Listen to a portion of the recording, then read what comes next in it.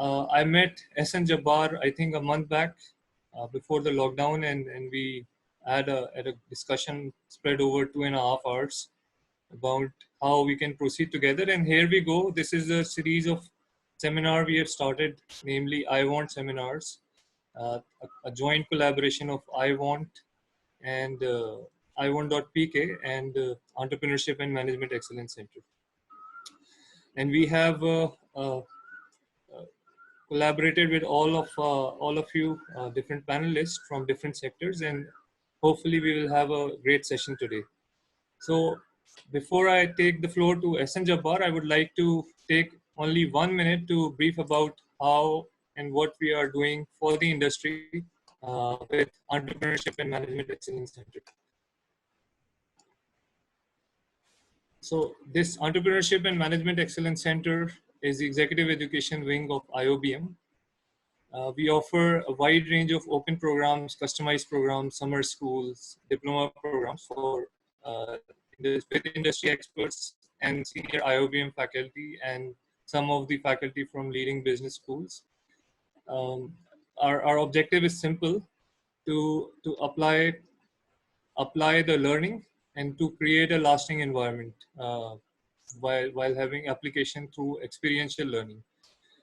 We are offering highly collaborative, practical in nature and underpinned by practice, theory, and research, and we empower people to become exceptional business leaders.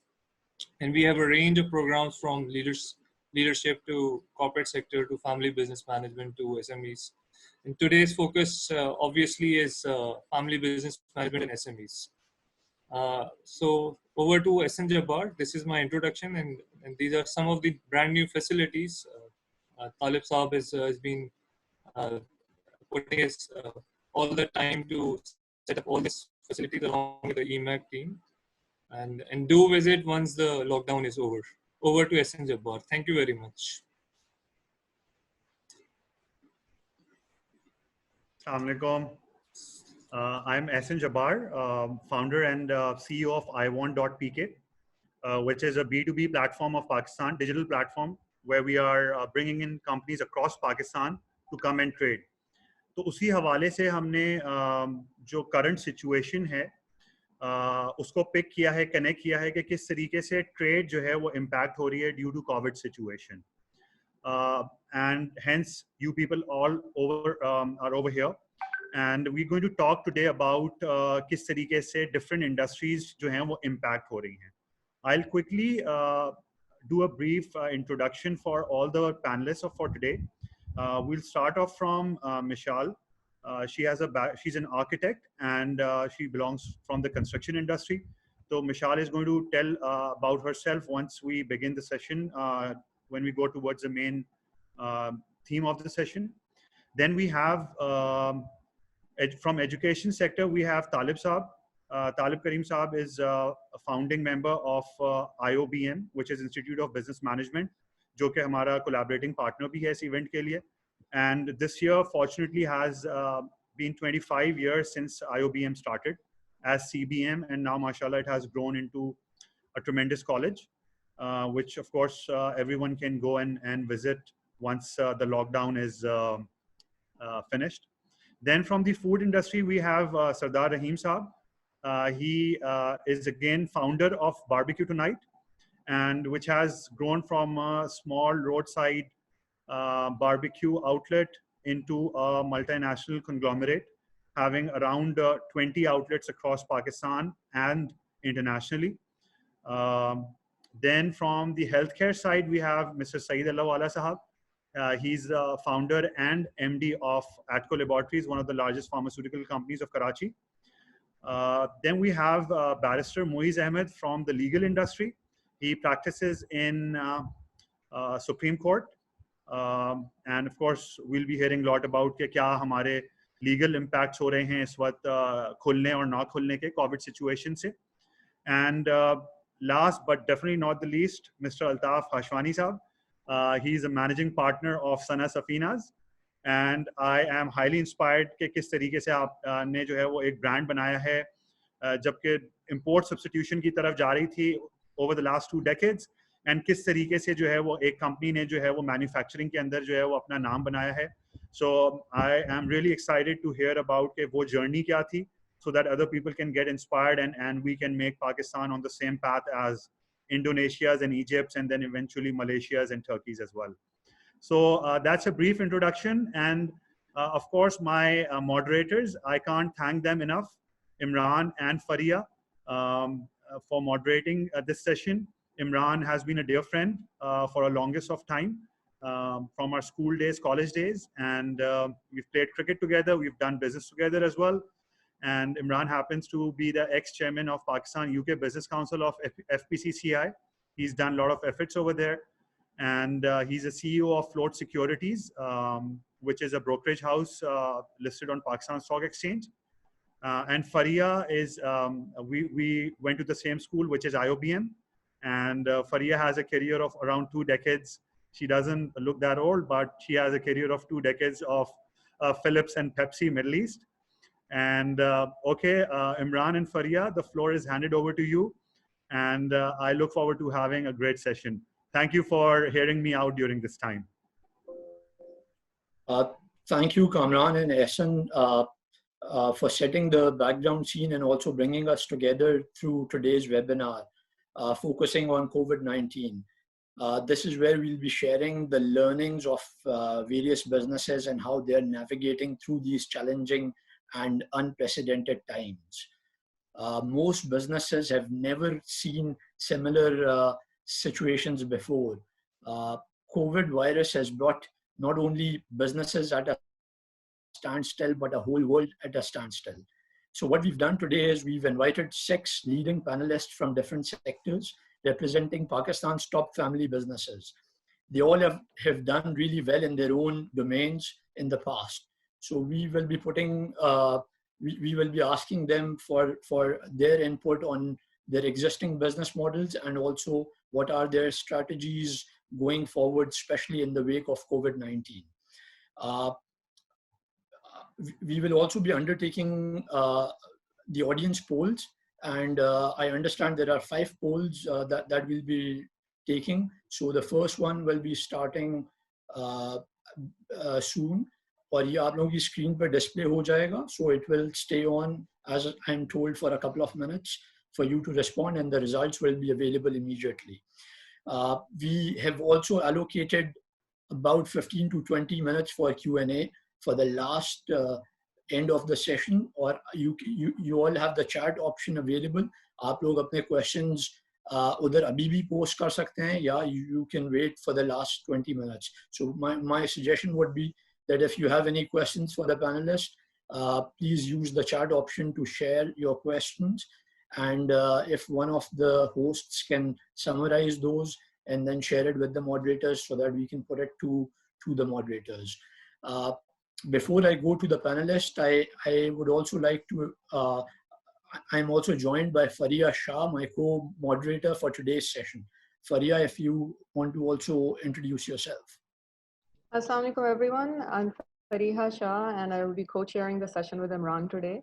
I want to just thank all of you for joining us today, especially the panelists who've taken time out of their free day, so to speak, today to help share their insights with us about each of their industries. We're faced with unprecedented times right now, and I think all of us as humans have been impacted in literally every way possible, both as consumers as well as product service providers. And it's really forcing us to take a long, hard look at what our current operating paradigms are and how we will need to change in order to function effectively in the future. And for me, that is the key takeaway of today's session. So without further ado, I'm going to hand back to Imran to kick off the session.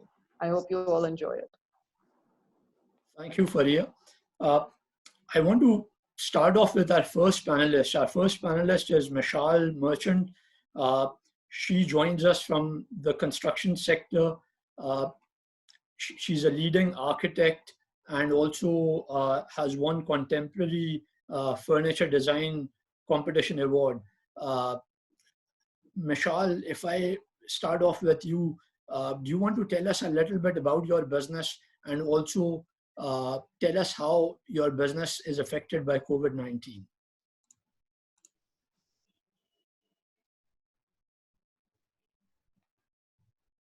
Assalamu alaikum, everyone. I hope you can hear me clearly. Okay, so my name is Michelle Merchant. I'm an architect. So have been in the business for a couple of decades now. One thing that I would like to share, that I have a bit of international experience working in US, Canada, Afghanistan, Morocco. So I can kind of compare the construction industries throughout the world. Right now, I have a smaller practice in Pakistan. So we operate from Pakistan, but we're still working for projects abroad. We have a small setup studio where we create our designs. So sometimes we're just focused on the designs. Depending on the requirement, if the construction or the turnkey solutions are required, we're also able to give that or project management services.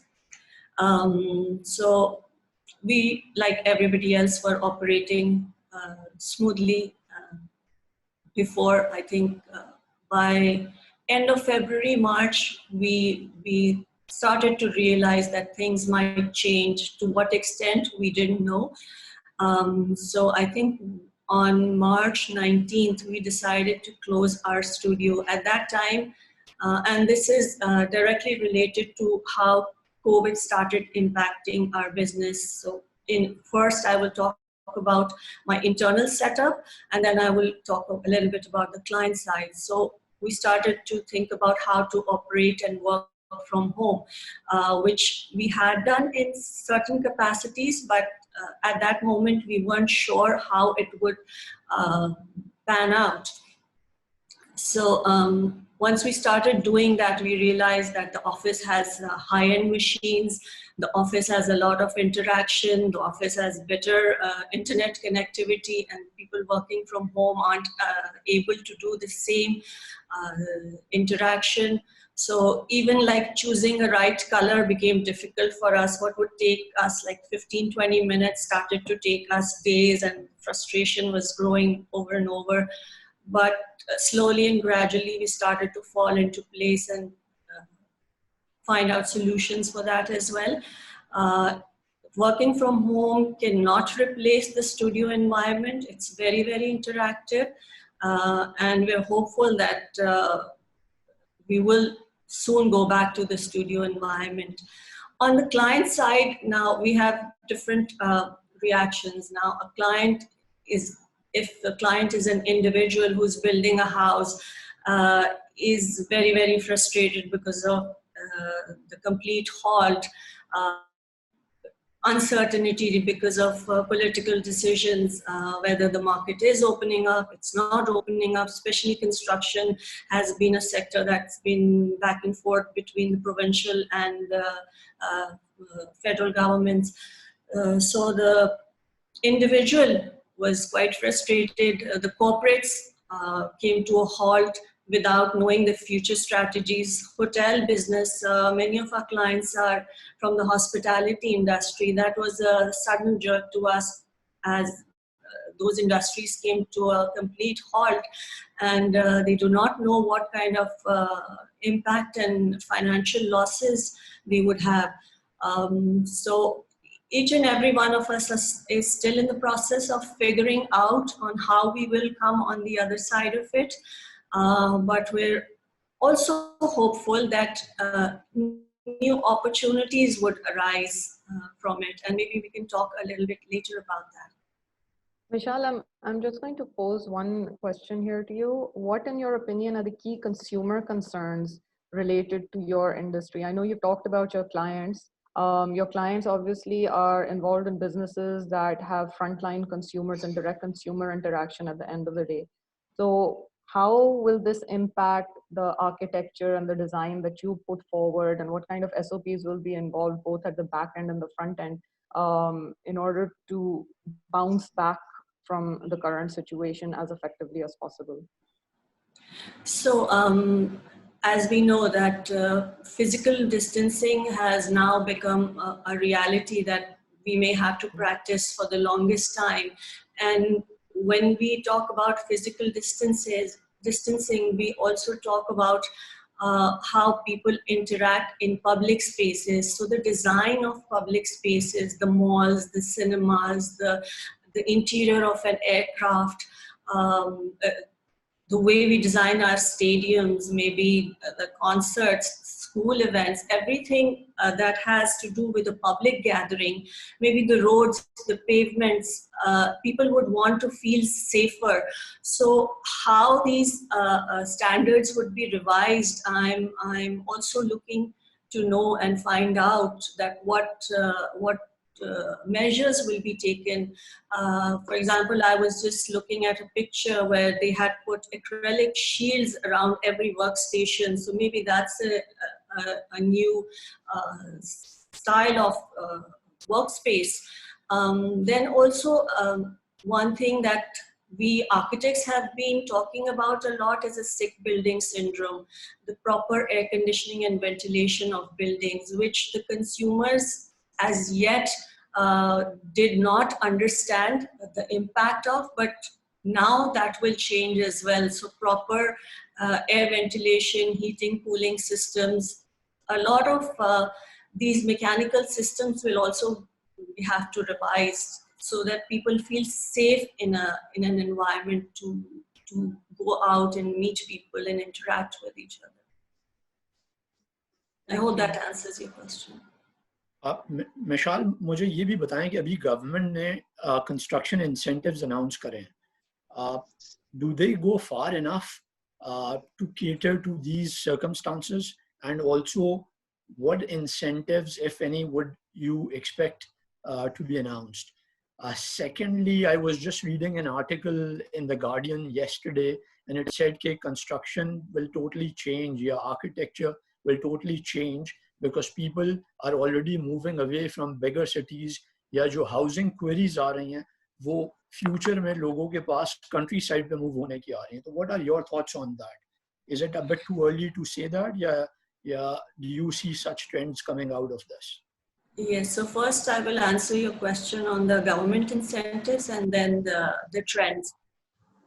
So this present government was already trying to incentivize the construction industry because it is the easiest industry, as it involves 40 to 50 different trades. It's the easiest industry to kick off the economy. And so the COVID-19 has just pushed it a little bit further and brought this agenda to a most urgent level.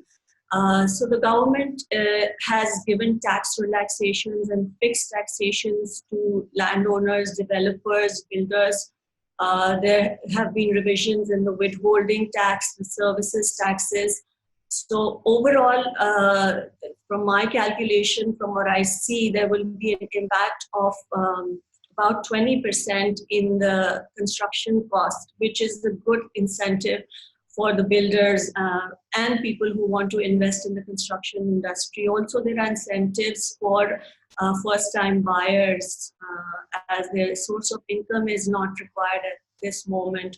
So I think a lot of people will get engaged in this trend, and I believe that construction should see a boom in Pakistan, which we haven't seen before. At least in the last 20 years, we haven't seen that scale of construction. But the places that we use will definitely change. And like you're saying, there will be a trend of people moving to suburbia. So yes, in terms of the global scenario, what we're seeing is that the globalization is coming to an end, which means that there will be smaller networks of trading, smaller networks of operating. So smaller ecologies will emerge. So the local industry will get a boom. Road travel will increase. So all these things lead us to a conclusion that large networks and large spaces, buildings will probably not seen in the future, but a smaller interaction where less travel is required and more interaction is done on a small network basis will define our physical built environment. Thank you, Michelle.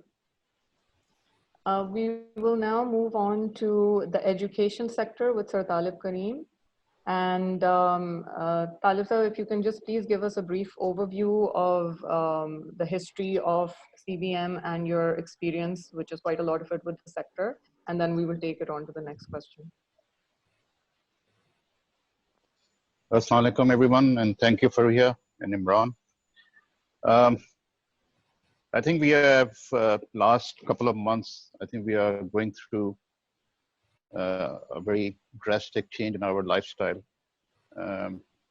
Social distancing has become a very common terminology, whether it's in media or when we use it amongst ourselves. Hand sanitizer, we never used to talk about hand sanitizer, but now we do. New normal is another terminology that is being used. I think we are connecting more with our friends, family, while sitting at home. I think there are virtual birthdays on Zoom. There are family meetings on Zoom now from all over the world. Just yesterday, we had a gathering of our alumni from North America. Almost 50 of us had a meeting last night. So this is the new environment that we need to get used to it. Now, coming back to your question, yes, we started in 1995.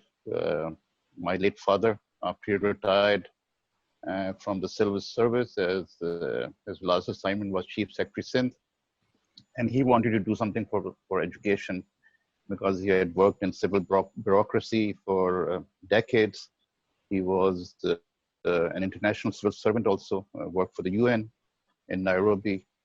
So he had seen, and while he was DC and district administrator in various provinces, he built many schools in various areas, and he wanted to do something for education. So in 1994, when he retired, we sat down and said that why not fill a void in Karachi, where there were very few universities at that time, and establish an institute. So it happened that we got together with various businesses, and we established CBM at that time, and that was established in 1995, September 95 to be exact.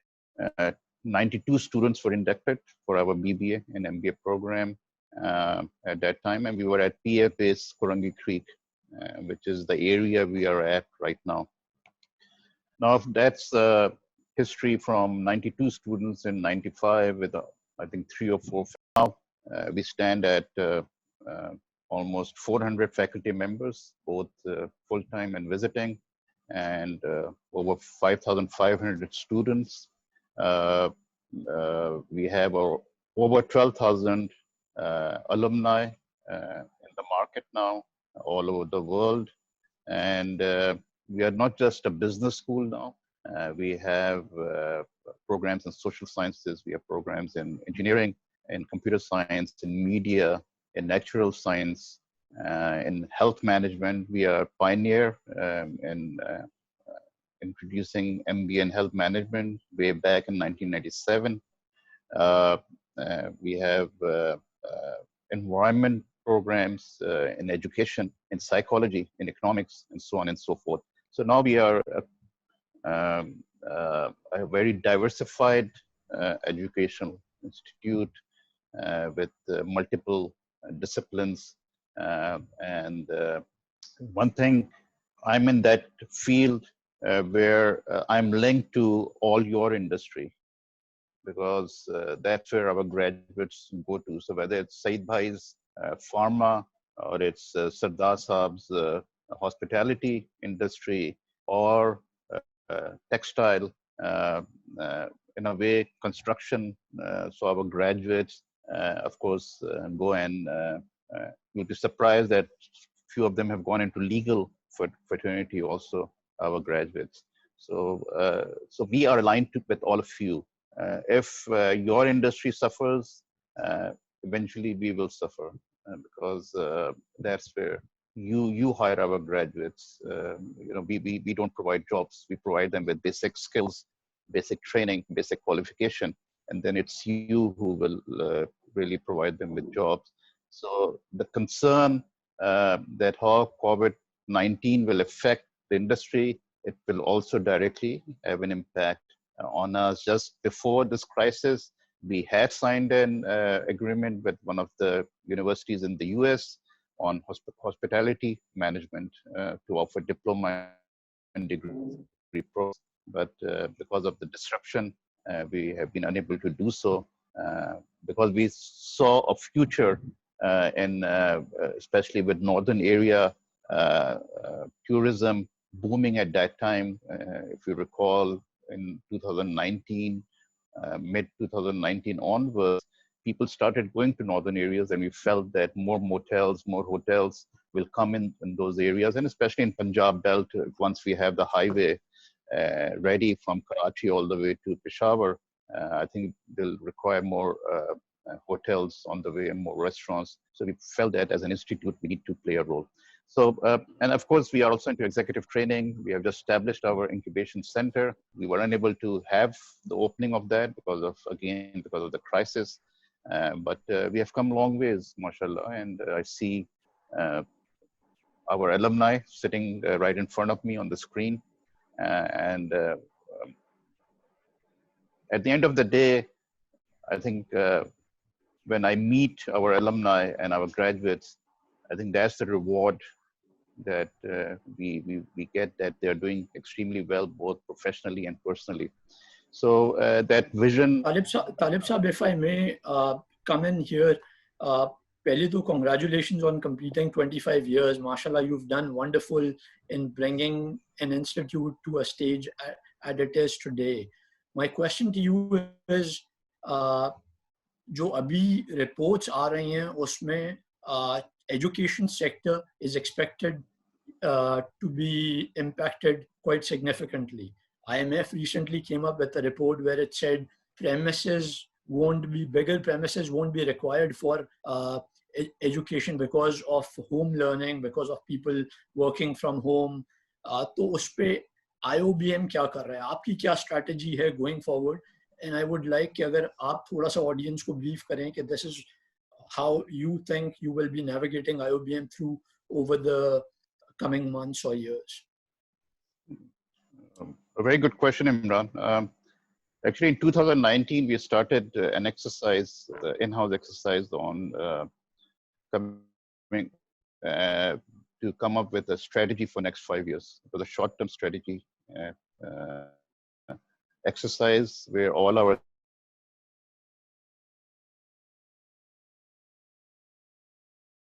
stakeholders from within the organization brainstorm what wave do we want IoBM in the next 5 years.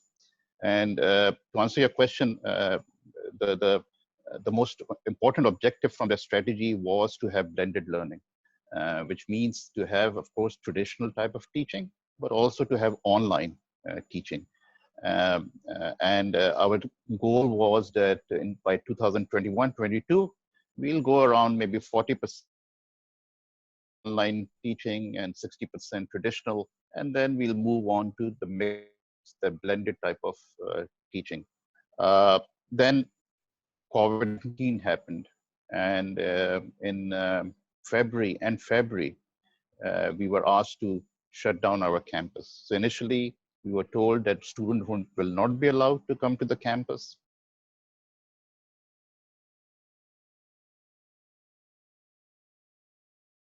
And then after 2 weeks, we were told that there was the crisis as an education institute, and it was not just us.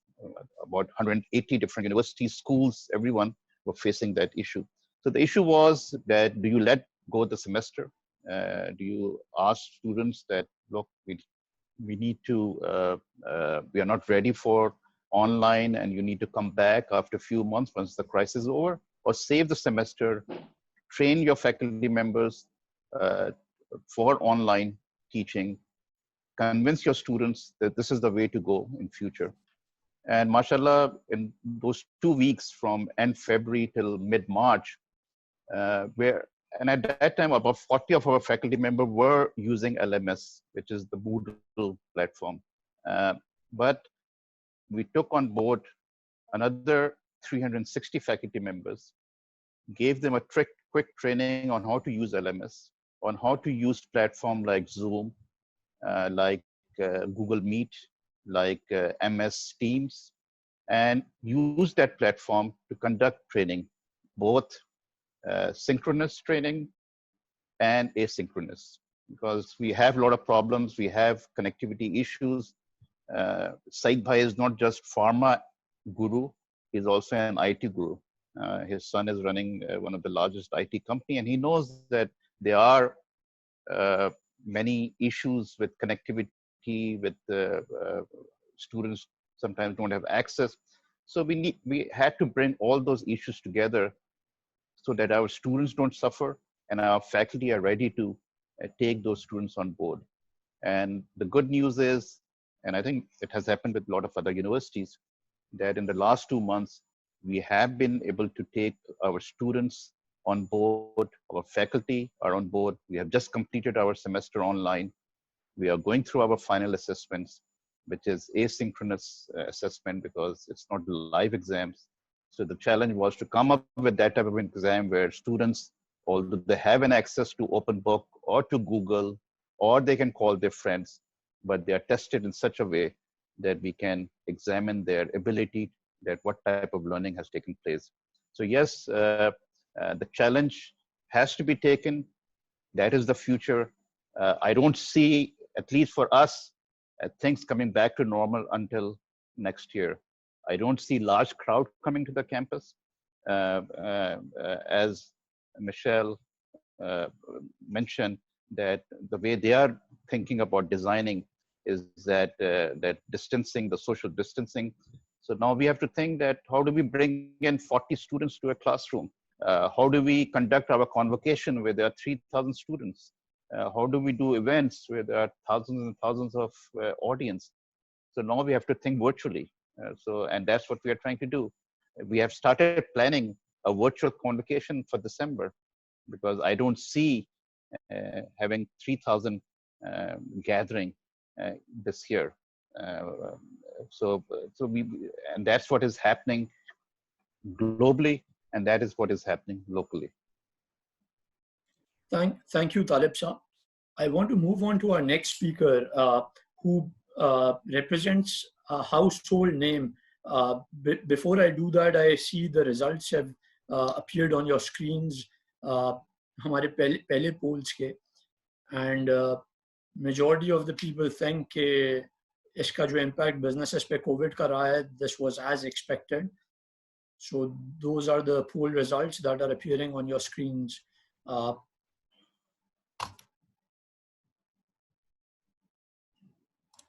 So just moving on to our next speaker, he represents Pakistan's household name. इन्होंने पाकिस्तान का नाम दुनिया भर में रोशन किया है.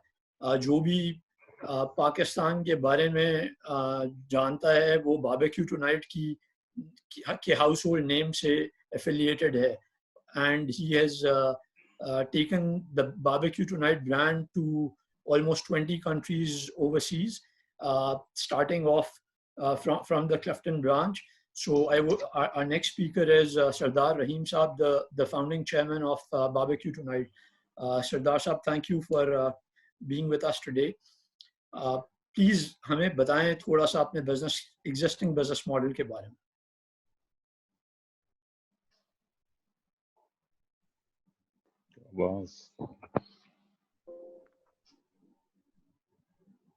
Sardar साहब आपका audio missing है.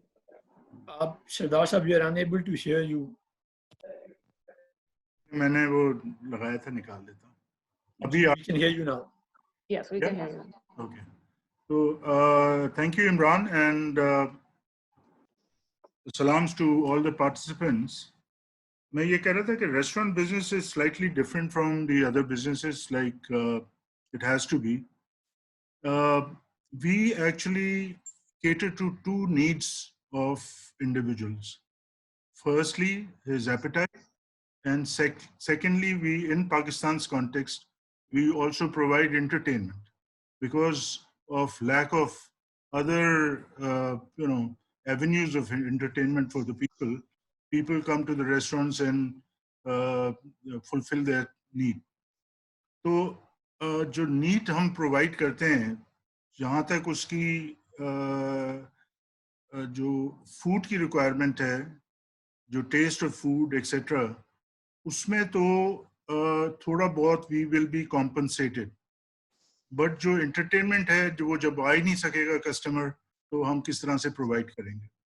तो talking about COVID-19, my assessment is that we will be the worst affected because cash flows जो हैं वो बिल्कुल revenues नहीं हैं. और आप restaurants में normally जो manpower है, manpower based होता है, तो वो उसको cover करना ज़रा थोड़ा सा मुश्किल होगा. वो restaurants survive करेंगी जो कि जिनकी management strong है और वो स्ट्रॉन्ग डिसीजंस ले सकती हैं और जिनके पास कैपेसिटी ज़्यादा है वो सरवाइव करेंगी. लेकिन अगर जो थोड़े कमज़ोर हैं या थोड़े से कम लेवल पे ऑपरेट करते हैं, मेरा ख्याल उनके लिए बहुत मुश्किल हो जाएगा to retain there employees.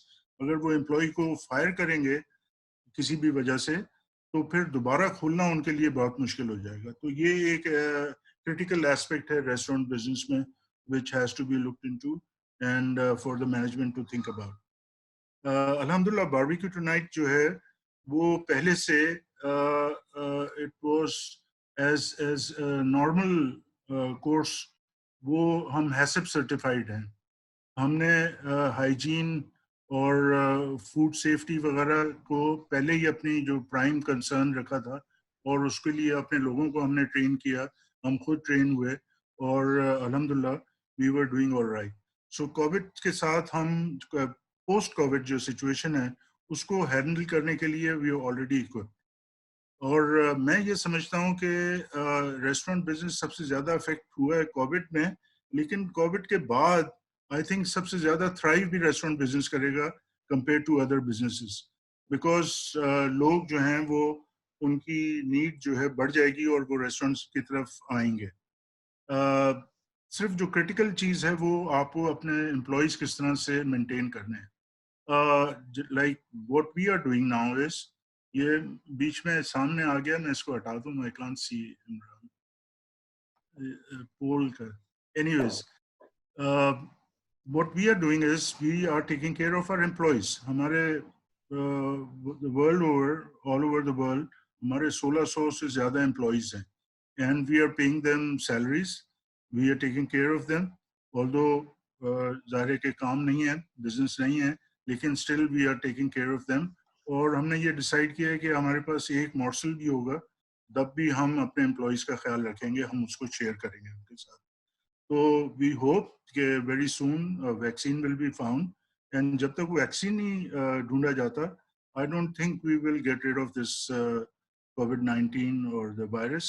And once we do that, still until that is done, the government और दूसरी authorities जो हैं और लोग भी जो पढ़े लिखे लोग हैं वो नहीं निकलेंगे घरों से बाहर.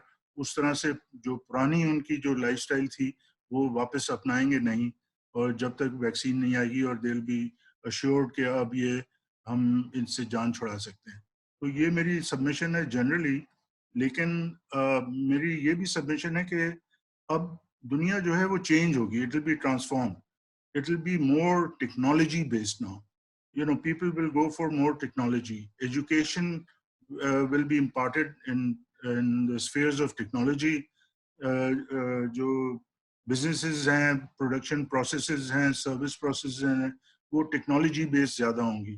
तो जो technology पे rely करेगा, I think he'll come out winner. जो technology से दूर रहेगा, I think उसको problems होंगी. तो दुनिया change हो जाएगी. लेकिन पाकिस्तान में एक प्रॉब्लम है, क्योंकि मेरे दूसरे पार्टिसिपेंट्स शायद इससे एग्री करें कि we are a nation of illiterates. हमारी जो अथॉरिटीज ने एम्फेसाइज नहीं किया एजुकेशन को. अगर एजुकेशन पे एम्फेसाइज करते आज हालात ज़रा मुख्तलिफ होते.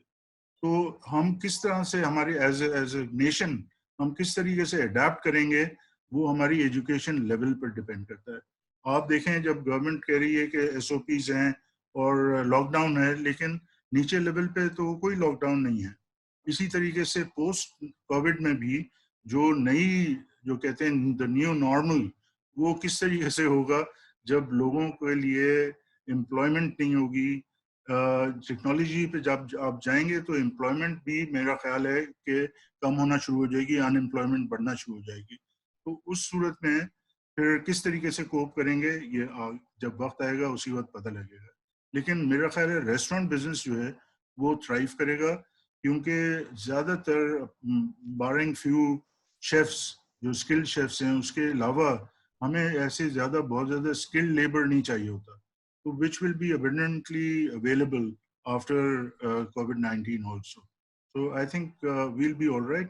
If we survive until the end of COVID-19, I think we will do even better. Sardar Sahab, thank you so much for sharing your insights.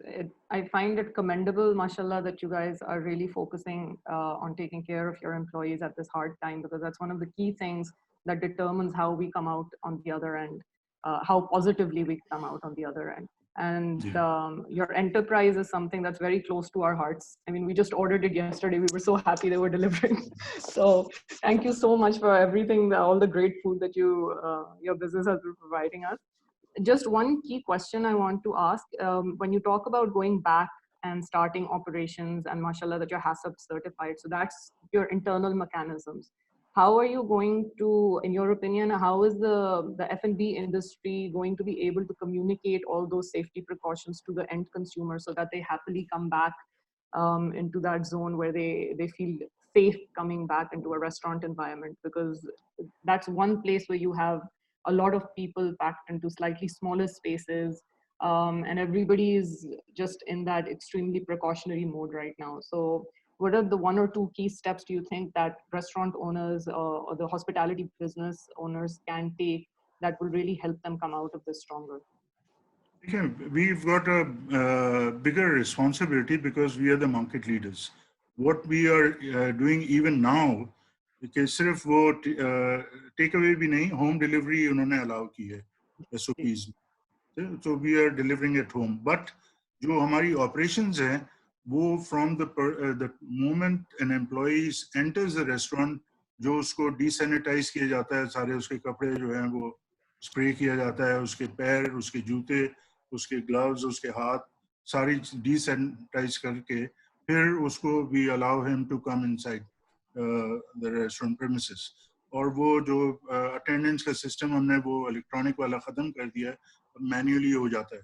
तो और जब वो पैकेजिंग जाती है आपके घर में, आप आया होगा, तो I hope it doesn't smell of Dettol और chlorine, but you know that's what we do. The package outside जो है वो डिसैनिटाइज हम करते हैं. तो ये चीज़ें हमारी रिस्पॉन्सिबिलिटी है as market leaders.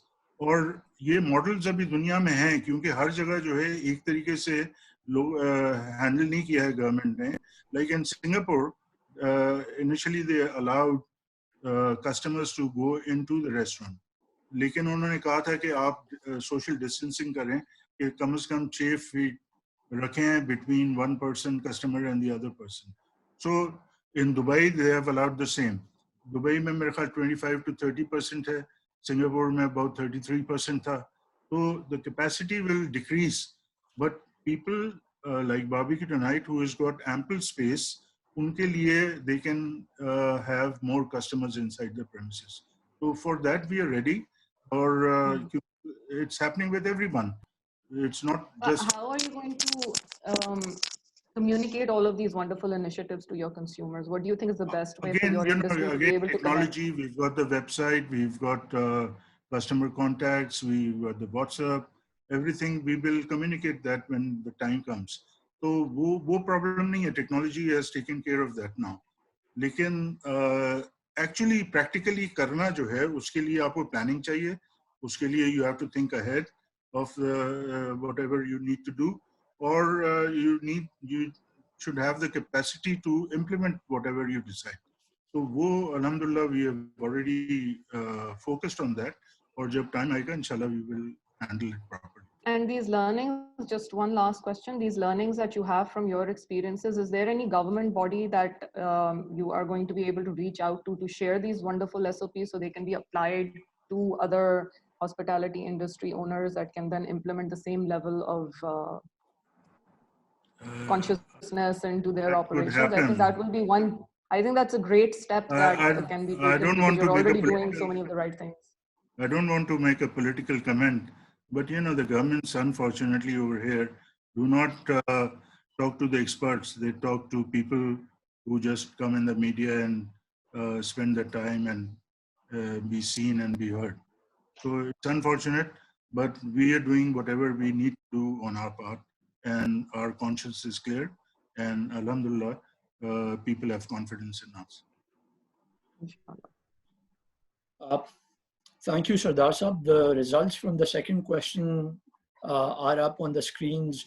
We asked the audience, have you thought about have you already started or about to start a new venture following the COVID-19 situation? And 43% have said yes, 59% have said no. I think to all those who have said no, this could be an opportunity to think about starting a new venture as things progress.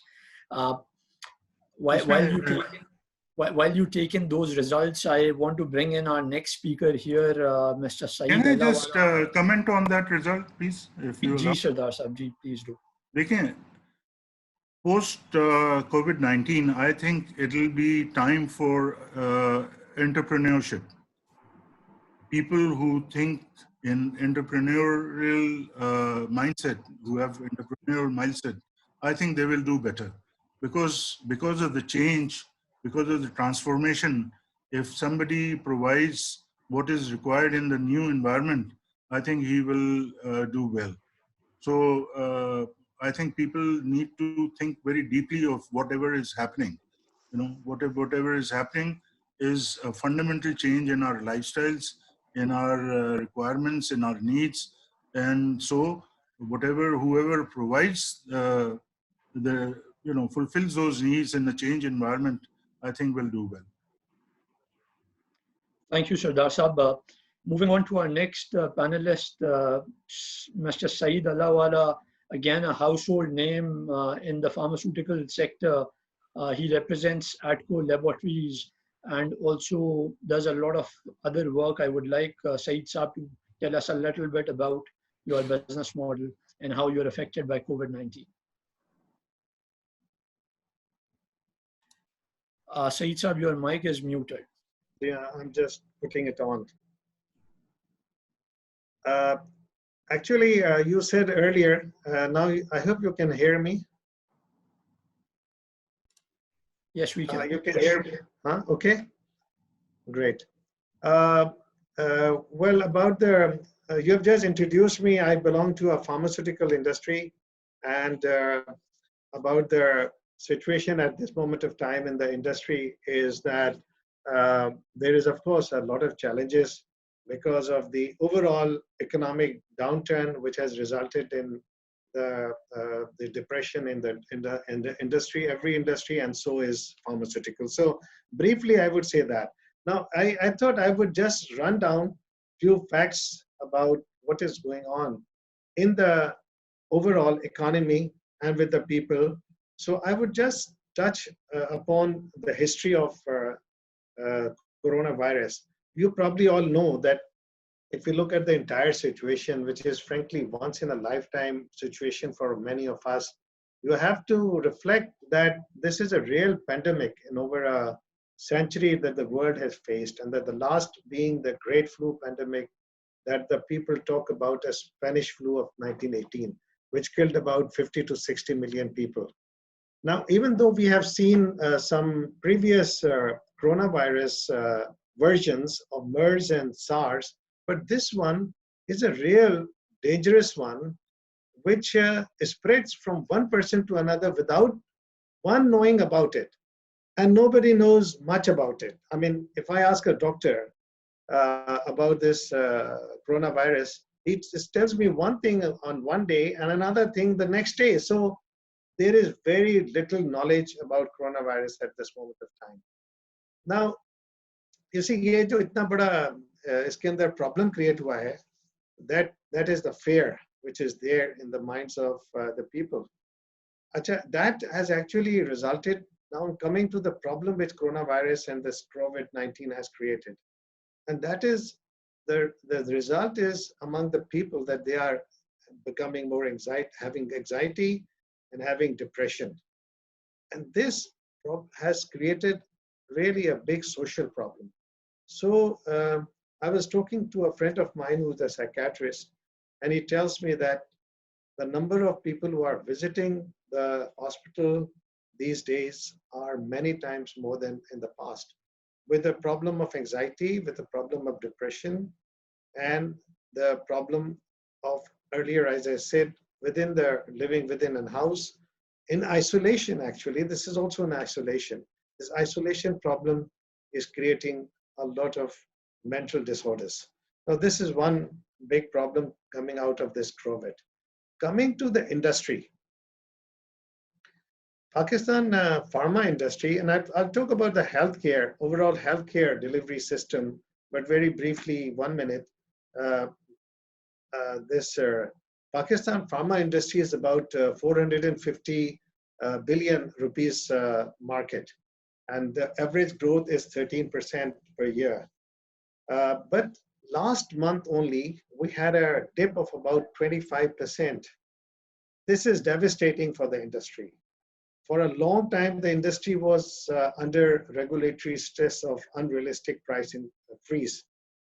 That eased out last year, but I see a depressed market for quite some time, and a result in negative cash flows.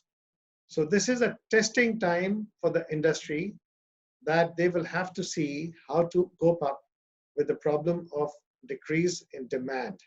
Now, there is a general belief that that pharmaceutical or the medicine market do not go down. I mean, they are still in the healthy situation. But the fact is that the pharma is, if not as much affected as other industries, is definitely affected. Now, talking about the health sectors, the health sector comprises of, besides the medicine industry, also the hospitals and other places. Now, we all know Pakistan has a very fractured healthcare system. So, especially after the lockdown, the people had to move to the hospital, and they could see that what is the situation like over there.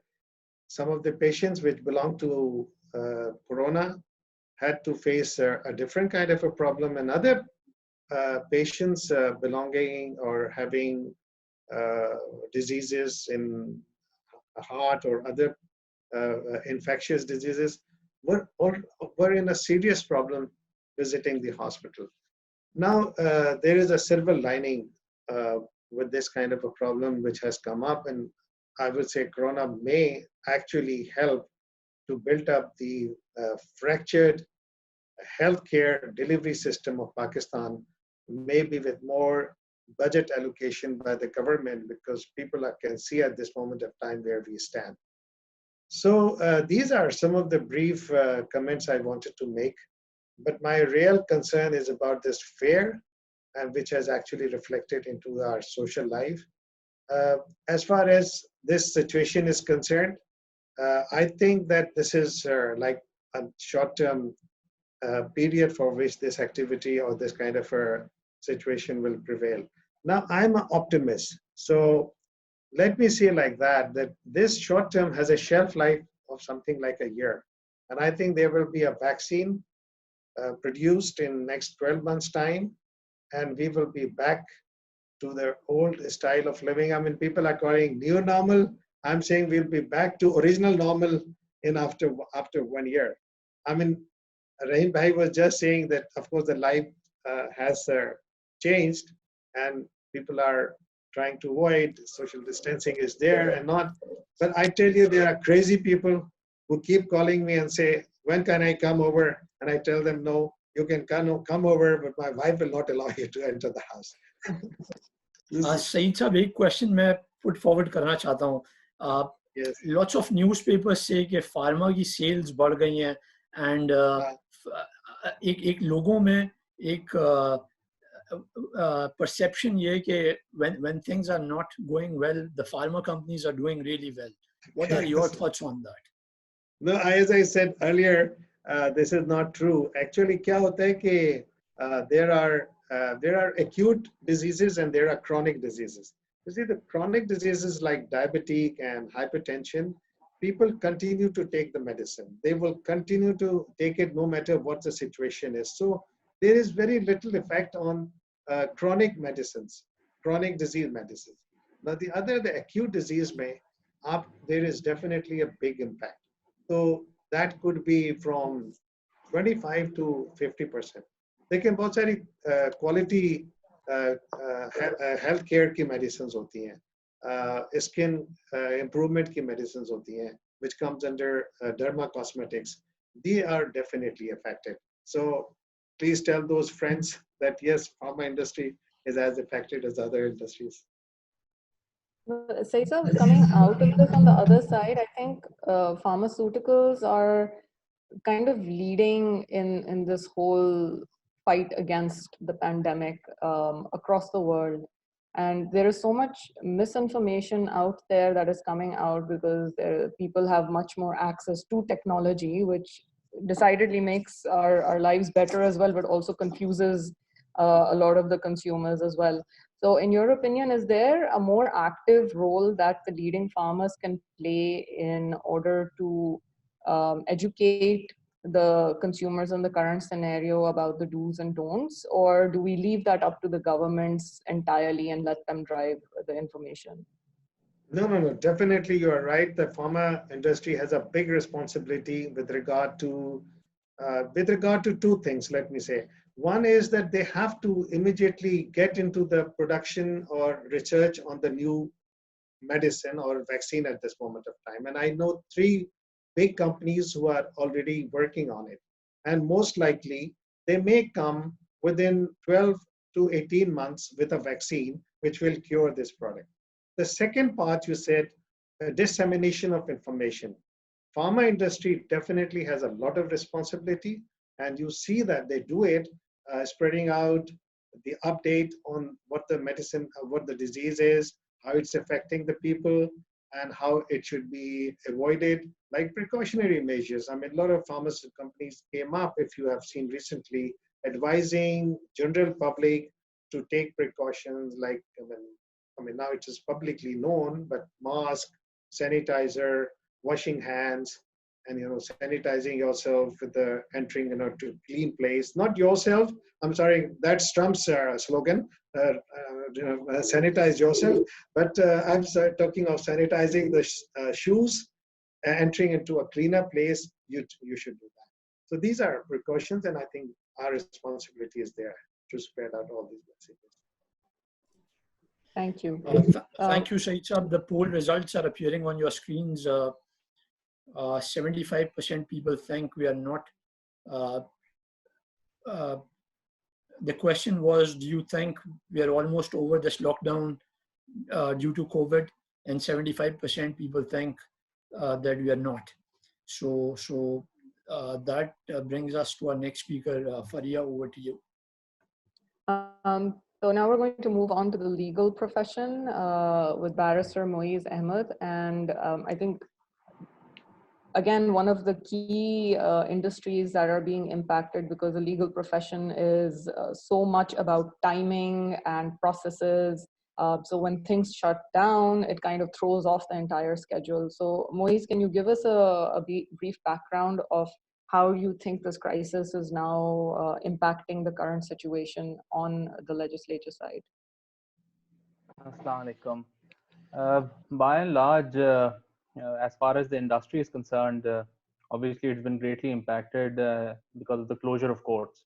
and access to justice. You must have been reading newspaper articles that around the world many many human right abuses are going unchecked, because it is essentially the job of the courts, as a as a, I mean, they act as a watchdog also over the authorities, over executive action. So all of that is obviously being impacted. The In terms of the profession itself, lawyers, the courts are off, so obviously the litigation part of lawyers has obviously, the professional part where they make a living out of going to court and appearing in cases, especially urgent cases, that has been very badly impacted. Uh, the other firms who supply corporate advisories and corporate services to many industries, uh, those have been going on. They've cut down on their work. The timelines have increased. They've moved forward, obviously, because we are expecting our colleagues to work from home. Working from home, it's not easy. We don't have access to our libraries, uh, but it's happening. I mean, we are still there. Most urgent cases are being taken up.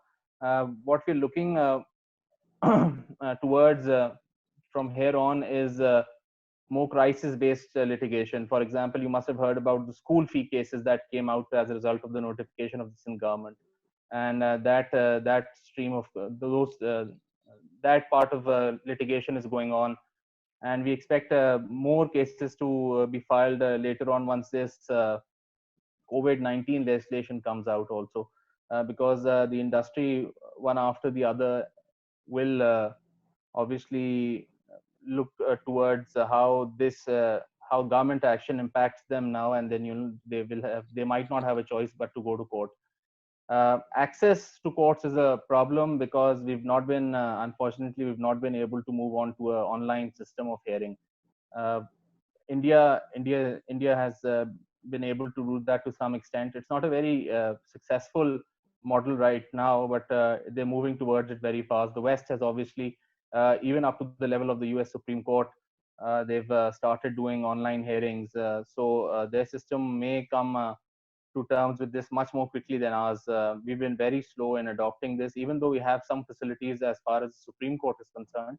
But at the High Court level and the District Court level, even though we have a CMS, case management system, we have a case management system in place. But as far as online hearings and online representation is concerned, we've not been able to build anything. There've been no meaningful strides towards that also. So, and as you know, we already suffered from a lot of backlog of cases. So with these extended vacations, of court being shut down, or however you want to call them, uh, we as lawyers, we feel that once the situation comes back to normal, uh, that will be the greatest challenge for the litigants also, because everyone wants to have an end to the litigation that they've started. So that factor will obviously, I think, will be the toughest challenge for lawyers and for the litigants who are looking to get some relief from the courts. Otherwise, negotiations, contracts, all those things, that kind of work is going on, but that has slowed down because the industry is virtually closed. So I mean, the areas, for example, अगर हम pharmaceutical की बात करें तो बहुत सारे pharmaceuticals moved on to making hand sanitizers under the new directives of the draft किया आया था कि you get a quick enlistment for that.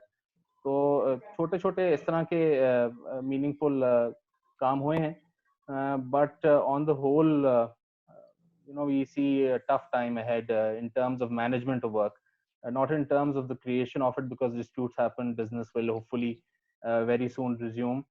But in terms of how we'll be able to manage that in keeping with our current system, that will be, how will we meet, how will our timeline increase? अब भी ऐसा होता है कि 6-6 महीने बाद date पड़ती है किसी केस की. So how will that impact after, all this time being gone from the middle?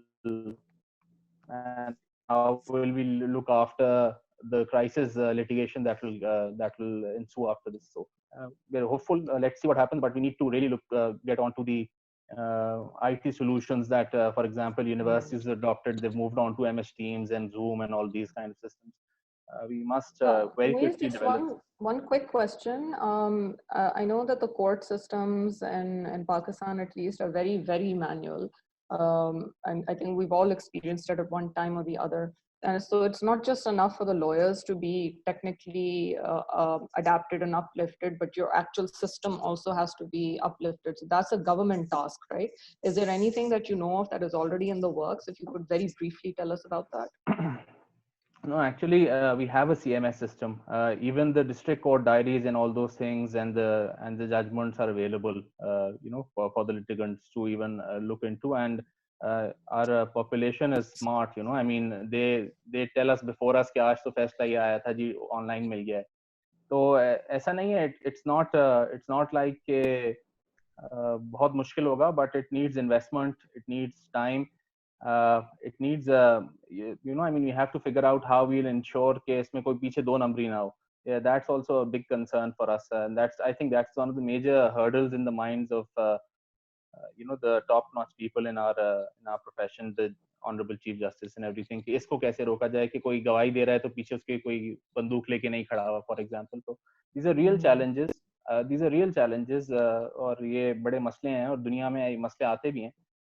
But we need to start very quickly moving towards them in any case, irrespective of COVID-19. क्योंकि I mean, अगर कोई दूर बैठा हुआ है उसको खामखा इतना दूर ट्रैवल कराना, उसका और मजीद खर्च कराना, when access to justice is already very expensive and very difficult. तो आम आदमी के लिए तो ये, business के लिए भी जाहिर है. I mean, it's best that, for example, if I have a case in Supreme Court, so it will be best for me to be able to go to the Karachi registry and appear rather than going all the way to Islamabad. We have that facility now with the Supreme Court, but how do we take that down to the high courts and then subsequently to the district court and then to far away areas जहाँ पे एक छोटी-छोटी कचहरी बनी हुई है. So how do we deal with this, and how do we ensure that this remains fair? That's a big challenge, and the backlog, that will be the greatest challenge. Thank you, Moiz, for your insights into the legal profession and also how COVID-19 is impacting your profession. We now move on to our next speaker, Altaf Hashwani. Altaf represents Sana Safinaz, again a household brand for Pakistan. Altaf also serves with me as a director on Pakistan-UK Business Council. And Altaf, if you can start off by sharing your input into what is the impact of COVID-19 on the textile sector and also what you are doing to cater to that. Thank you, Imran, and Assalamu alaikum to everybody. First of all, it's a pleasure to be, associated with such a great panel. And I've got to hear quite a bit of interesting viewpoints from everybody. COVID-19, my God, this is something which I think if anybody had asked us even 2 months ago, do you think that, what's going to happen? I think nobody would have guessed that, we would be at a standstill where we are. These are very, very unprecedented times. And I think with everything coming to a standstill, we are going to have an uphill struggle getting out of this. As far as the business is concerned, we have, like Raheem Sahab was saying, that we have done our best to take care of our employees, because for us, our employees is our core team. We without our team, we are nothing. So, mashallah, we have for the last, since the lockdown has happened, we have been taking care of our teams. We have been sort of, paying everybody their salaries. Everybody is working from home. And, it's trying times right now to try and get people to coordinate and how to, as far as designing is concerned, that's still something that can happen from the house. But as far as production is concerned, that's at a total standstill. I think the entire textile sector has been affected drastically with this. You are seeing export orders, which we have always been dependent on, coming down to practically zero. I was actually discussing with the CEO of a very major international denim brand, and they have cancelled 40% of their orders in Pakistan and 60% of their orders in Bangladesh. And between Pakistan and Bangladesh, we constitute 70% of their supply chain. So that just puts in scale the kind of devastation that has happened within the industry, and I think within the entire global economy. I think times are going to be extremely challenging moving forward. As Michelle was saying, that malls and shopping areas, the designs, the people flow, everything is going to be affected with this. And I think we are at that stage where Pakistan was actually in a position where our retail sector was picking up. So you were seeing the the shopping mall concept and the brand concepts actually developing. So if you look at the curve in the last 5 years, 6 years, everybody has seen a very substantial, probably 18, 20, some of us have had up to 25% growth an annum. That has all come to a standstill right now.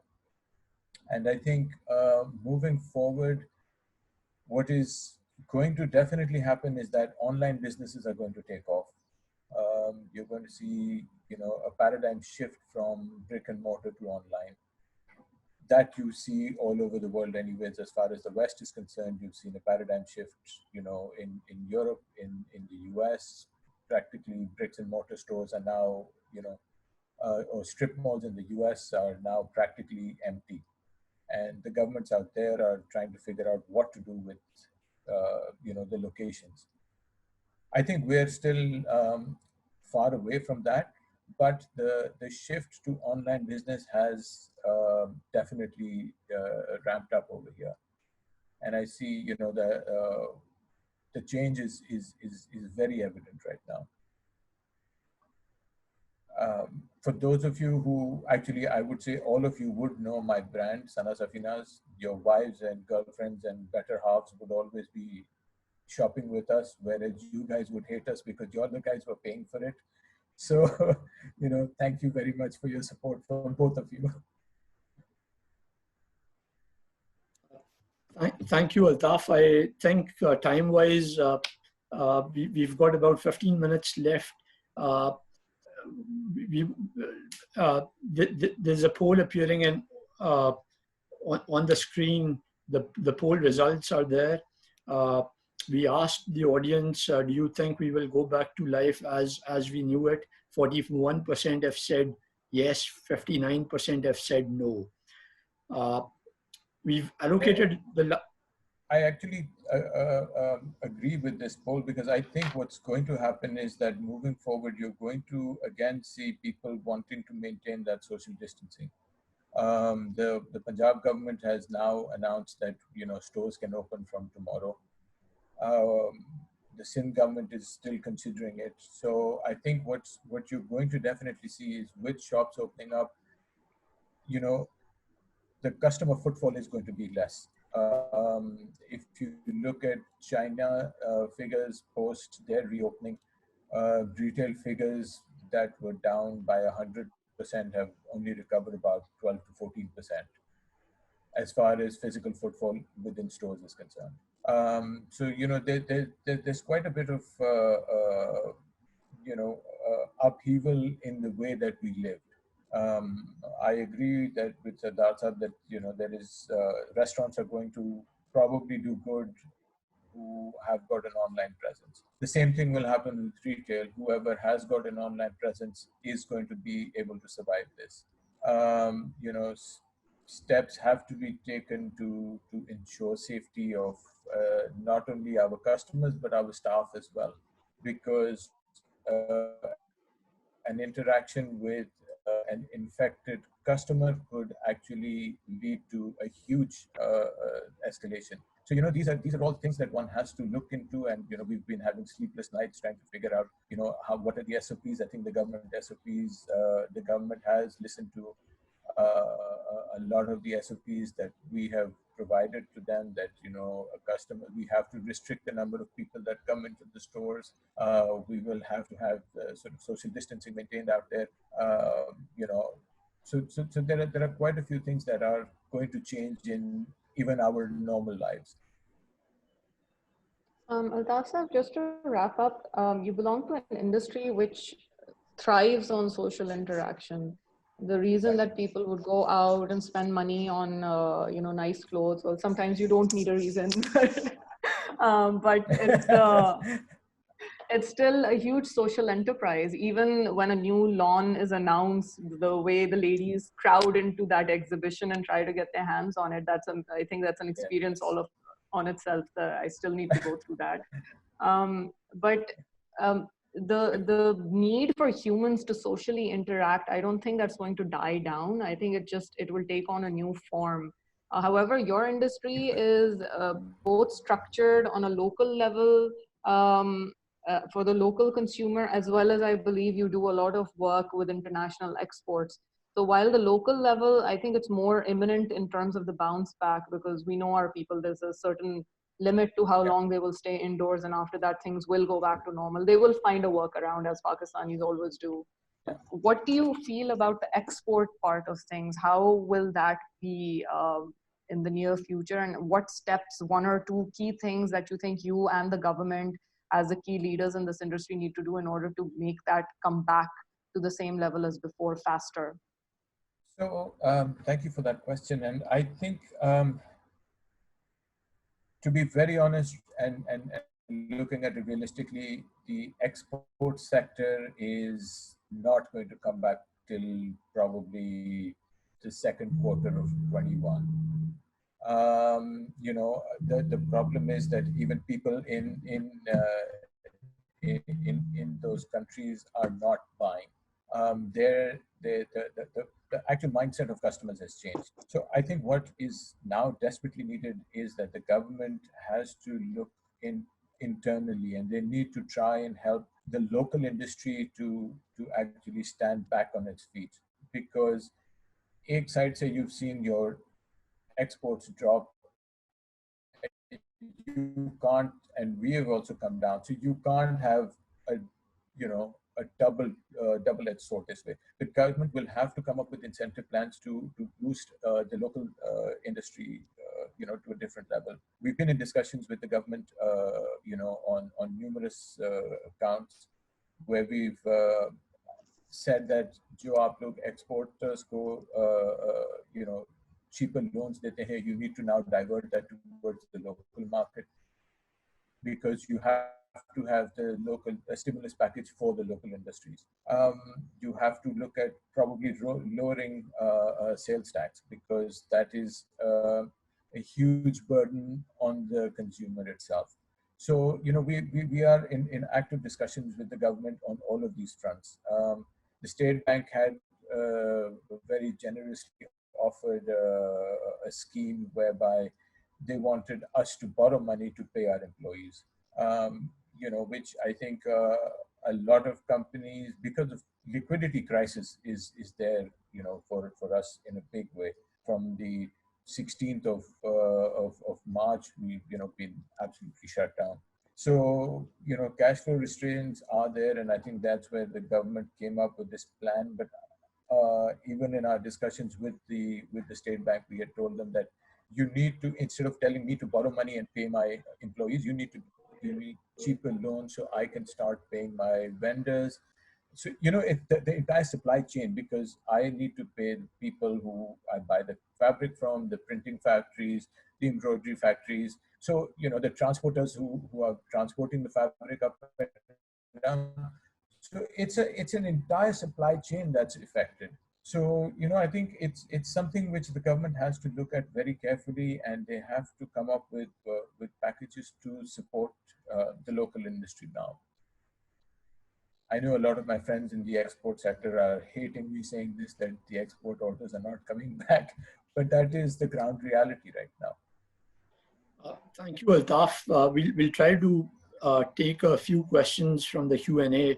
We have a question from Zagham Saab, Chairman, Naya Pakistan Housing Task Force, he's talking about the incentive package relating to the construction sector and asking about the innovations that we expect to see coming out of this sector. So I think I would like to bring in Mishal Merchant on this one to briefly comment on it. कि क्या innovations हम इसमें देख सकते हैं, क्या concrete चीजें हम इसमें देख सकते हैं following up from the PM's historic construction package for the industry. So the construction package that has been introduced has tax reliefs. So in terms of land ownership for builders and developers, there's a fixed tax on the land. There are talks of lowering the services tax. There are also chances of changing the structure of imports, duties on imports. But what I see as an opportunity here is that the local industry will start to flourish as the imports are being discouraged. So manufacturing and the local market will start to grow in smaller setups, although in the beginning, but that's still a positive because 70 to 80% of our construction material is imported. So the local economy will definitely benefit from that. In terms of materials, now if I talk very, very conceptually, architects around the world are thinking of designing doorknobs with copper because it has a lesser shelf life of bacteria and viruses. So maybe the entire material industry will be rethought of. And also in terms of climate change, I think the nature, the universe has given us a jolt to now think seriously about climate change, its impact on our health, on our life, life and death situations. So, so probably the governments will have to introduce laws around that as well in terms of the carbon emissions, to reduce the carbon emissions, to have more open spaces, to have more greener spaces. Even the people are starting to realize that in this isolation, a lot of people have taken up gardening, and nature is what's giving them solace, being close to the trees and hearing the birds. So it's kind of a life-changing situation for a lot of people. Thank you, Mishal. One more question from Sabah Sodar. It's relating to the construction sector. Her question is, as the traditional bricks and mortar model has largely lapsed in the wake of COVID-19 and majority of the workforce is working from home, which is the new norm? What negatives and positive repercussions do you foresee for the architecture industry, since large corporate offices and structures will be a thing of the past, which is a major revenue source for the industry? Yes, unfortunately at the time, we're seeing that the scale of building and structures, the typology of buildings that we've seen so far is going to change drastically. So again, I was thinking that maybe the new norms would be, like Saeed Saab was also saying, that our whole healthcare system needs to be looked at. And maybe the priority would be setting up health infrastructures. Maybe there would be popping up basic health units everywhere in a different, on a different scale. So definitely there is going to be a change in the building industry as we see it now. And maybe spaces of luxury are no more a necessity as it was of capitalism. So all that is changing. Thank you, Mishal. I'm going to summarize the questions now by industry, so then we can quickly address as many of them as possible. So the next one is for you, Sardar Sahab. It's about the food and beverage industry, and some of our participants are asking that the recovery of the food and beverage industry, while we think on a local level might pick up slowly and rebound faster than others, but they're also asking about the meat export industry and how you think that will be able to come back to its previous levels. The second piece is about the protective measures, which I think you addressed further, but you can just elaborate a little bit. How do we address the consumer fear of now going out and eating and socializing the way that they used to, when a lot of them have now started cooking at home because of, again, the fear of contamination when they go out to restaurants. So just two quick things: the meat industry export and the protective measures that we can do to allay the fears for our food and beverage consumers. I really don't know much about meat export, but what I can say is that Pakistan has got one of the largest meat consumption in the world. And a lot of our meat is actually smuggled out of India to Pakistan. And I think meat export has got some restrictive conditions also from the government side.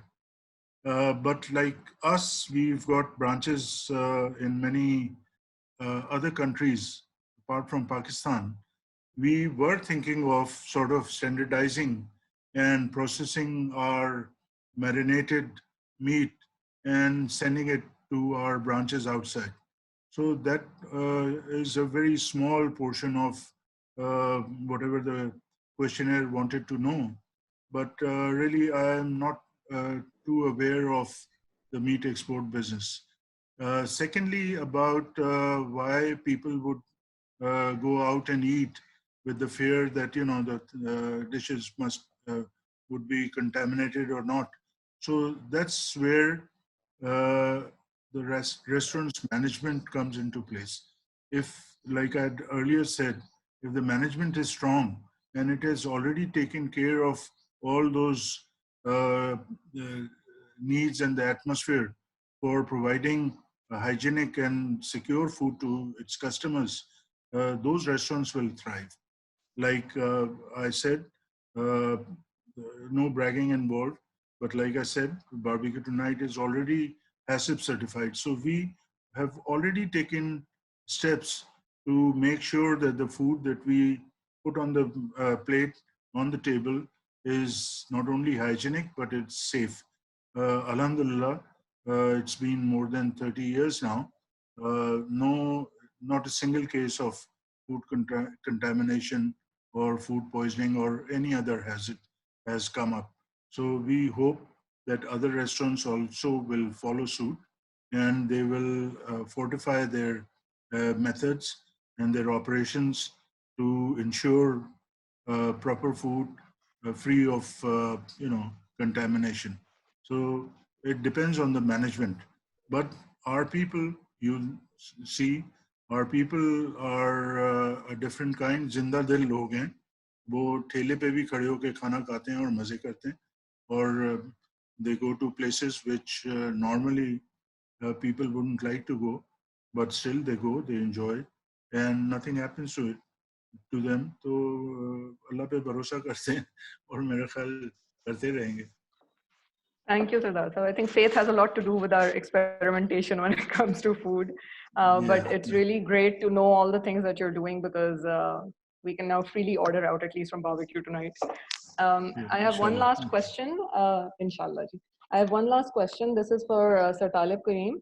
We have a few questions from the audience about online education and how in the future, if it's going to if, in your opinion, it can actually fully replace human interaction and the classroom setting. And the second part of the question is that if that does happen, then the space requirements that currently universities have for having multiple buildings and large spaces, that will actually go down as we move into the future. So how do we then utilize those freed up spaces productively for the advent of education and like taking learning forward? And in your opinion, as we move towards more online classes, does that relieve the burden of cost on both the institutions and the students to make education more widely available to a larger proportion of our population? Thank you, Fariha.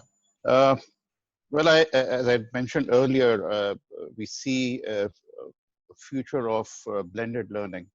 I mean, I don't see everything going online. I think even abroad, globally, I'm a strong advocate of presence of students on campus, because that's how they learn from each other. That's how social interaction takes place. That's how they learn through various activities, whether it's societies or other type of activities. So, I mean, I see that if the future is 100% online learning, then a lot of these social interaction, a lot of these friendships, a lot of these necessary interaction among students and faculty members will disappear, because, I mean, there's a limit to online learning. But to answer your question, we need to have, as I've said, a mix type of teaching methodology in future. And that will reduce the requirement of brick and mortar. I mean, the concept is that would campuses disappear altogether from, you know, as a university, you will be operating digitally. I don't see that happening in the next many years. It will happen eventually, but not at this stage. The structures will remain. Maybe the expansion will stop. Maybe we will not require additional space because if we do have blended learning, then a lot of that load will go onto the digital platform, and you won't need classrooms and other physical structure. That space will be required. It's not being utilized right now, and I don't see it being utilized for the next few months. But hopefully, inshallah, from next year, students will start coming back to the campus and will enjoy the campus life as you had enjoyed while you were there, or when Ahsan was there. Because, as I've said, you know, with kids staying at home, I think parents realize that, you know, teachers take a lot of their burden when kids go to school. I think you are, as a matter of fact, happy Mother's Day to the ladies present. Although we have our Mother's Day is every day, but I think the world is celebrating Mother's Day, and I know that how difficult it is for all of you, for kids to be at home and you know, monitor them throughout. So teachers take that burden when children are at school. Coming back to the cost, I think that's an interesting question. There's I think Moiz has mentioned that there are, of course, schools, there's a case going on about 20% reduction. See, one has to realize that, for example, us, if I look at my model, and there are many other similar models, that we are fully operational. We are not shut down. We are conducting 1,000 classes digitally right now. We are going through assessments, we are going through quizzes, we are going through assignments.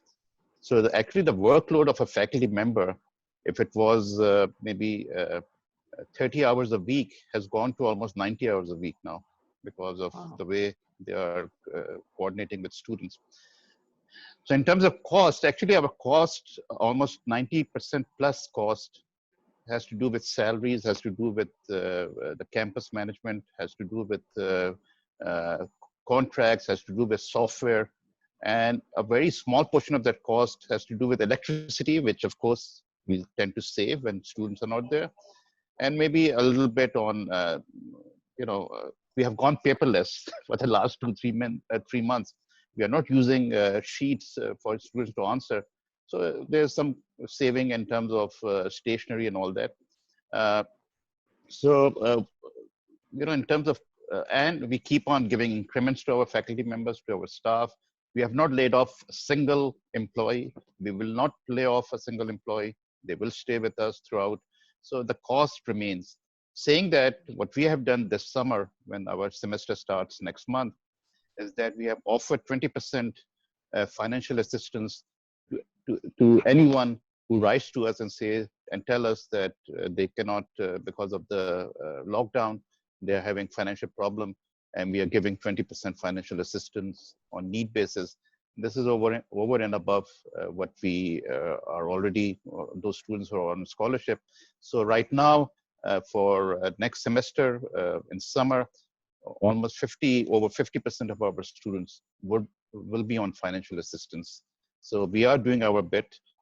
We don't want to pass on any type of additional burden on our students. I know that their parents are going through a rough time, and we as an institute will play our role in terms of providing as much assistance to them as possible. Thank you, Talib. I think we have one key input, a suggestion where the education industry can look at things by bundling up technology now with the term fees, like they do in some international locations as well. So instead of leaving the student to take care of the technological requirements of online learning on their own, institutions can now give a bundle where you get the internet connection, which you can bulk buy from our ISPs, and you give them the iPads or the tablets that are required. All becomes part of the bundle. So it takes away that thought process from the parents or the students where they're like, okay, what else do we need to make this work? I think that's something that might be key going forward for a lot of the institutions, whether it's primary education or secondary education. So that's just something to think about. I'll hand back to Imran. I believe we have one more question before we close the session. I understand we are running a little bit late, but I'm told we just have one comment. We are joined by Mr. Zagham, who chairs Prime Minister's Naya housing scheme. So he has a comment to make. If we can switch on his mic, please, and then we can officially close.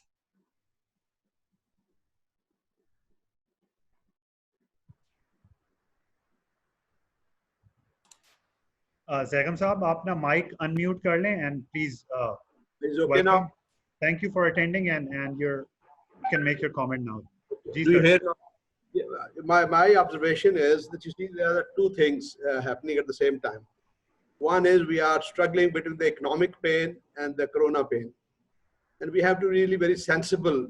Otherwise, I totally agree. And all over the world, we see that people are now convinced that if we overblow the corona pain, the people will be killed by the economic pain. Now, second thing is you see that what we are learning is that there are threats, but there are opportunities as well. For example, in India, I have seen that they are now trying to see which industries they were threatened in this situation and which opportunities emerging, like they could take business from China and all that. I see in Pakistan, this is the way I have observed, that we see that Pakistan has been focusing all along with export promotion. Ideally, I think we should have been more focused on import substitution. There are no incentives for import substitution. While in this kind of a situation, you see, we could have really been more reliant, even on pharmaceutical industry. Now we realize in the COVID situation that more than half of the raw material is coming either from China or from India. And we are in a very stuck situation. So I think if we in industry-wise, third thing I observe is that the role of research institutions, academia, and all that. You see, after this COVID situation, we thought, well, maybe we could do also something. We can also design ventilators. We can also do the sanitizers and all that. Why do always all the time? And you might have seen that Ministry of Science and Technology, the Pakistan Engineering Council, PCSIR, they did quick research, and some of the private individuals, and they came with the ventilators. The PCSIR came with sanitizers and all that. So I personally propose that if maybe iWant could do this, we need to have the brainstorming sessions. What are the opportunities? क्योंकि देखें ये तो आया एक चीज़ है, इससे हमें जो सीखना है कि हाइजीन की सिचुएशन फॉर एग्जांपल हमारे यहाँ बहुत ख़राब थी. अब हमें कम से कम फर्स्ट टाइम एहसास हुआ है कि हाइजीन होना है. Yes, distant learning, working from home, दुनिया भर में जहाँ कोविड नहीं था वहाँ पे 5 डेज 7 डेज में से 2 days 3 days work from home का कल्चर था। तो हमें आज एहसास हो रहा है कि यार ये भी हमें कल्चर डेवलप करना था अदारों को, कि कैसे हम, ये नहीं है कि जैसे मैं बिल्कुल सही कहता हूँ इंस्टीट्यूट ऑफ बिजनेस मैनेजमेंट वालों से कि टोटल हर चीज उधर नहीं जा सकती, बट एटलीस्ट हमने लर्न किया है कि इस एरिया में हम कैसे कर सकते थे। मैं बहुत से ऑफिस में गया हूँ, मैं पूछा उनसे जाके कि जी आप कहते जी वो हम तो डेस्कटॉप पे काम करते थे, बच्चों के पास लैपटॉप नहीं था, अब भी हम सोच रहे हैं लैपटॉप दें। दैट मीन्स ये चीजें सामने आ रही हैं। तो इससे मेरी जो सोच है, जैसे हमने इस वक्त यूनिवर्सिटीज में, एकेडमिया में माशाल्लाह हमारे पास PhDs भी हैं, मास्टर्स भी हैं, रिमार्केबल स्टूडेंट्स हैं। अब हमने रिसर्च करवानी शुरू किया on the construction material and construction technology. 7 या 8 हाउसिंग रिसर्च सेंटर्स बन गए हैं जहाँ पे अब ये लोग कर रहे हैं कि जी I'm sorry to, मैं आपको जो है वो आपने इधर कमेंट करना था, अगर आपने सारी बातें अभी कर दी तो मैं आपको नेक्स्ट सेशन में नहीं लेकर आ सकूंगा। तो मैं तो ये कमेंट ये करने थे कि हाँ। इस खौफ से हमें मरना नहीं है। मैंने देखा है कि बाज़ ओवरब्लो हर चीज को हम कर रहे हैं। इकोनॉमिक पेन को भी मैनेज करने के लिए हमें इस अपॉर्चुनिटीज से बैठ के ये देखना है कि कैसे हम आइंदा चलेंगे। अदरवाइज आप देखें, इंडिया में भी देखें जो हाल हो रहा है कि विदिन 2 आवर्स उन्होंने बंद किया, आज भी लाखों की तादाद में लोग ट्रेवल कर रहे हैं 300 to 500 to 700 किलोमीटर, कोई सोशल डिस्टेंसिंग नहीं हो रही। तो आई थिंक इंटेलिजेंटली हमें सिचुएशन को हैंडल करना, just fear of too much blown up fear से नहीं करना।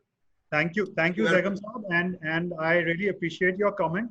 Or in fact, you're going to be part of one of our upcoming sessions. So I'm sure 1 or 2 minute comment is not justice with you, but we will keep an entire session with you as one of the panelists, and I'm sure you're going to by then, because abhi ho ye raha hai कि we are still actually figuring out कि किस तरीके से settle down होंगी चीजें। अभी तो लोगों के फेथ में और बिलीव में और एक्सेप्टेबिलिटी में ही यही चीज नहीं आ रही है कि ये हुआ क्या है। So I think what's going to happen over the next couple of months is we're going to figure out newer ways of doing things. However, we might be entirely change नहीं होगा, कुछ तो back to norms भी होंगे, but we will find a new ways as we move ahead. और हमारी ये जो वेबिनार के जो सेशंस हैं that we planning to keep every week, तो उसमें होगा यही कि as we progress into newer sessions, into further sessions, हमें ये मिलती जाएंगी चीज़ें, सवालात के जवाबात मिलते जाएंगे कि अच्छा जी हमने जब 10th मई को जो सेशन किया था और आज जब हम 31st मई को बैठे हुए हैं 3 weeks beyond, तो हमारे पास क्या नई चीज़ें निकल के आ चुकी हैं across all various industries. तो I completely agree कि जी R&D की बहुत ज़रूरत है, और आपने कहा भी है कि R&D आप लोग कर रहे हैं। So one of these sessions we're going to take you, and of course we're going to hear from you कि जी क्या आपने R&Ds अभी तक करी हैं, and I'm sure ये R&Ds जो हैं वो सब आप लोग अपनी organizations के अंदर कर रहे हैं, and I actually look forward to having you after a few sessions again and then talk कि हाँ जी हमने क्या newer ways जो हैं वो find करे हैं, and of course towards the end we've got a bit overboard, but I found it really interesting to hear from people who I have looked up to in the industries that you operate, and I highly admire of आप लोगों ने जो contribution दी है इधर, and I wish best of luck to all the participants over here, all the panelists over here. Of course, my moderators, you've done a fantastic job. Wouldn't have happened without you, both of you. Kamran and Avan, thank you for providing the technical support. And I wish everyone best of luck and hope to see everyone again soon, inshallah. Thank you. Thank you all. Thank you, everybody.